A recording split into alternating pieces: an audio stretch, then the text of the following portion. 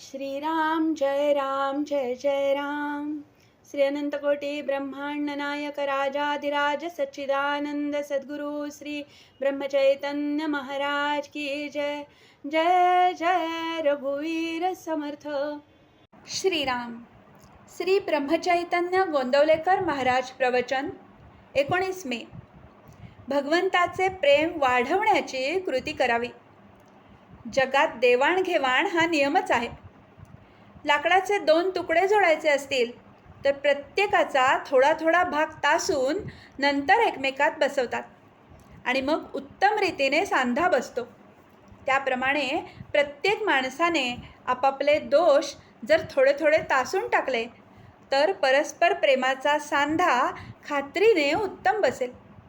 याकरता विचाराने आणि काळजीने वागणे जरूर आहे. घरामध्ये काय किंवा बाहेर काय, प्रेमाचा धाक असावा, भीतीचा धाक असू नये. जसे आई आणि मुलांचे प्रेम असते तसे भगवंताचे प्रेम लावावे आणि त्याप्रमाणे आपण वर्तन ठेवावे. असा नियम आहे की ज्याला आतबाहेर भगवंताचे प्रेम आले तो भजनामध्ये नाचत असताना त्याचा स्पर्श दुसऱ्याला झाला की तोही भगवंताच्या प्रेमाने नाचू लागतो. भगवंताचे प्रेम हे एक मोठे वेड आहे. ते ज्याला लाभेल तो भाग्याचा खरा.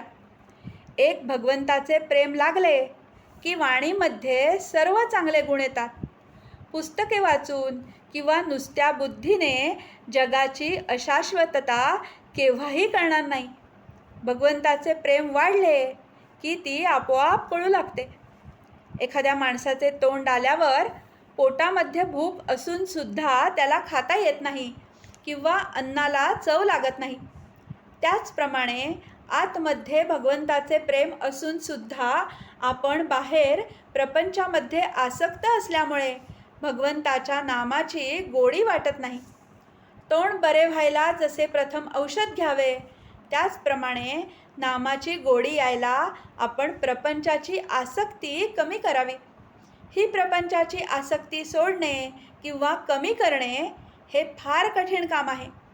त्याकरिता भगवंताबद्दल आपलेपणा, अनुसंधान आणि सत्संग हेच 3 उपाय आहेत. भगवंत हा बहुरूपी आणि अनंत ठिकाणी नटणारा असा आहे. म्हणून त्याच्या प्राप्तीसाठी अनंत साधने केली पाहिजेत. ज्याच्या त्याच्या मनोरचनेप्रमाणे जो तो आपले साधन करील.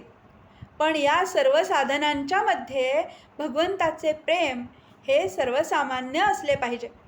भगवंताचे प्रेम हे कोणत्याही साधनाचा प्राण आहे. ते प्रेम मागण्यासाठी रोज भगवंताची प्रार्थना करावी. ज्याला भगवंताचे प्रेम येईल तो सृष्टीकडे कौतुकाने पाहिल. खरोखर भगवंताचे प्रेम एकदा चिकटले की त्याच्या आड दुसरे काहीही येऊ शकत नाही. भगवंताच्या नामाला नीती हे पथ्य आहे. ते सांभाळून जो वागेल त्याचे भगवंतावरचे प्रेम वाढेल. भगवंतावर अत्यंत निष्ठा ठेवा, प्रेम ठेवा.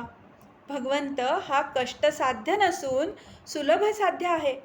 जो हीनाहून हीन आणि अडाण्यातला अडाणी आहे त्याला सुद्धा मिळणारा असा भगवंत आहे.